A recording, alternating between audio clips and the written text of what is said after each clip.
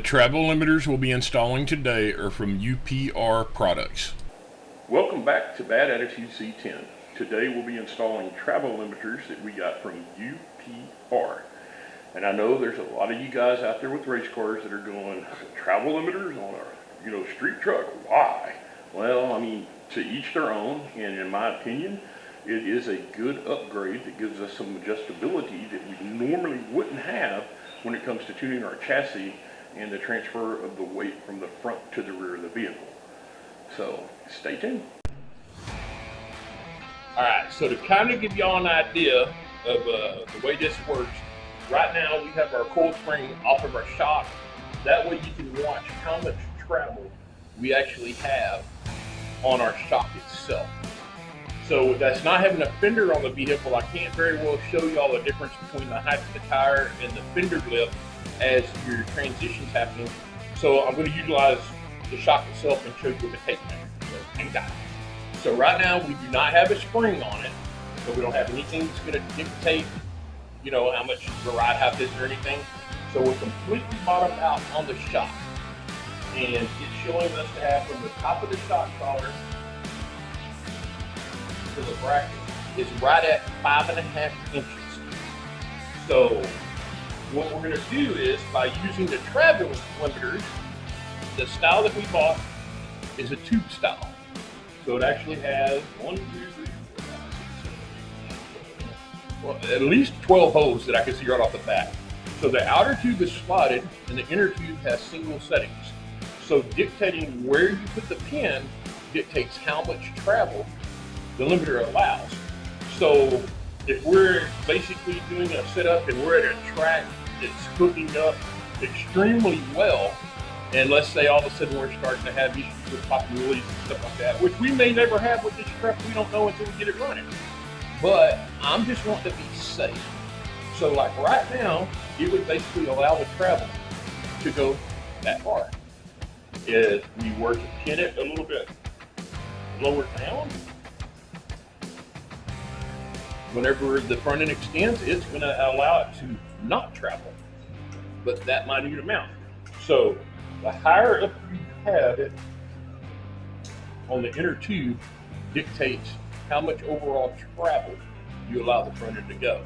So if we're only allowing it to move about 1.5 inches to 2 inches, that means as the front end transfers and is pulling up, it's having the weight of the unsprung stuff from your brakes and your wheels and everything like that added to it real quick.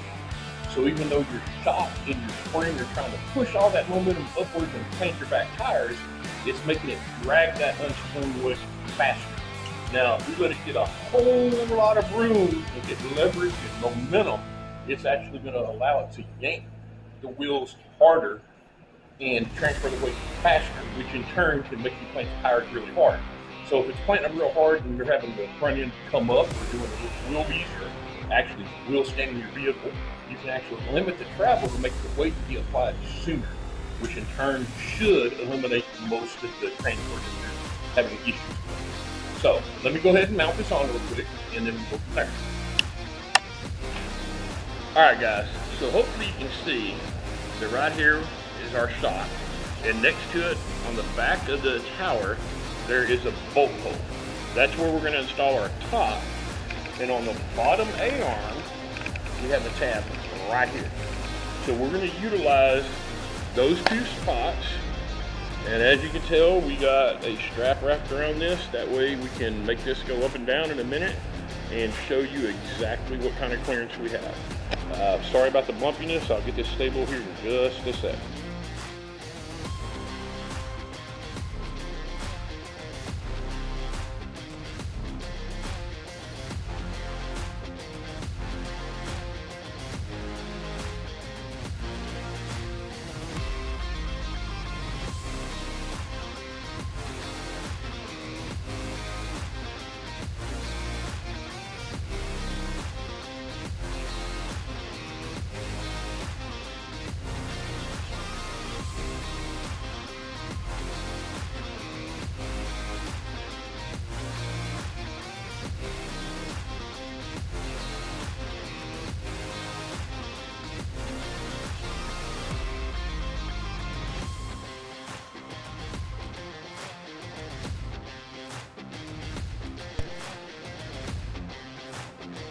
All right, so now with it installed, we're going to show you by jacking it up with our travel limiter adjusted all the way down. We're going to have the full motion of the shock still, and then we'll change the location so you can physically see the difference when we stop it. So here we go.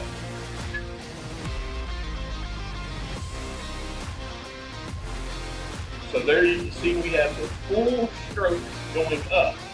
Now I'm going to let it down to where it simulates ride height.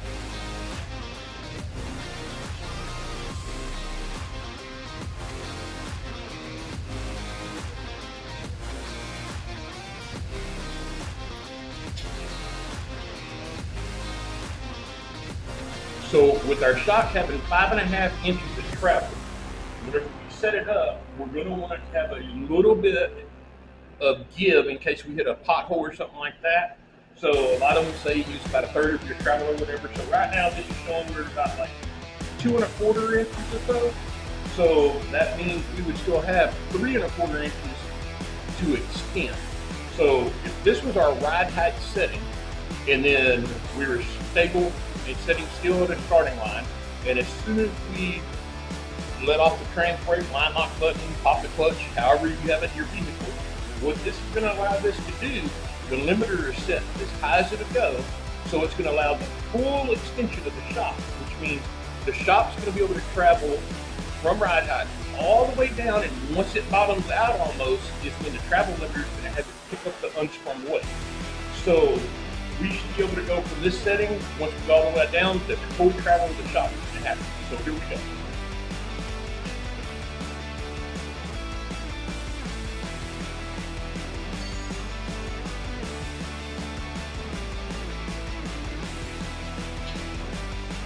We're going to go just a small bit more to make it about 2 1/4 inches. Okay, so now we're back to our 2 1/4 inch ride height.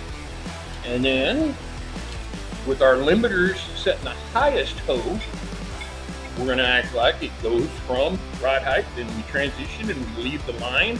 And now watch how much travel we get before it actually bottoms out to where it would be carrying the weight of the wheels and the rotors and all the brake pumps.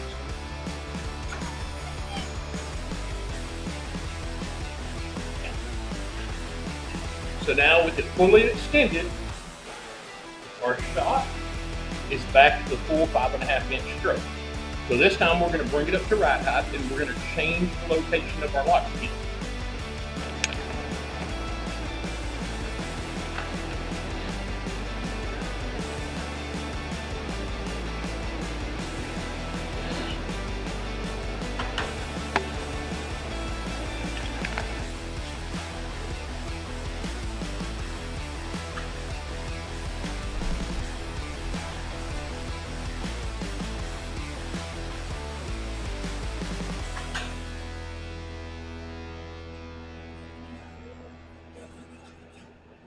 So I put our pin location, we have 12 holes.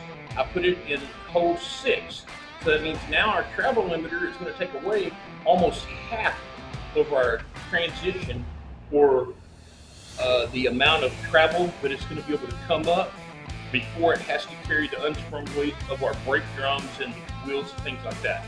So I'm going to go ahead and act like we're doing the same thing. This is at rest. So basically it's setting at ride height, and then we're going to let the jack down, and it's going to simulate how far it goes before it actually stops to where it's carrying the weight of the unsprung weight.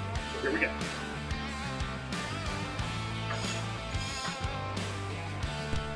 All right, guys, here's you another angle to view this. As you notice, we have the pin halfway, so we have very little travel. So we're basically looking at the shock at ride height, and then once we start to get our separation or our rise on the front end and the travel comes in, since the limiter is traveling at only half rate, instead of going down to full 5.5, it's stopping at 2 inches short. So watch the shock itself and you'll see when it bottoms out on the limiter itself.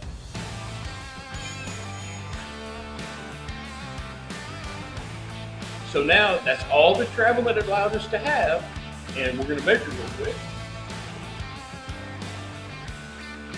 we're setting at 3.5 inches of travel. So we were already at 2.25, so with it set halfway through the travel limiter, it only allowed us to add another 1.25 inches of travel. And then by that time, it's already got the weight of the front wheels and the brake drums and everything that it's got to pull up. I apologize for that. We don't have brake drums, we have brake rotors, but you get the spill. So basically, now, whenever we were to leave, as soon as we leave and the front end transitions or rises, basically just 1.25 inches, it has to lift up all that unstrung weight instead of having that 3 to 3.5 inches of travel and then pulling the weight when it's already got its momentum built up. So basically the travel limiters, like I said, they're not 100% needed on a street car, but it gives us just that one other ability to do some adjustments without having to go and start cranking on our shock adjustment just to get a pass or two in.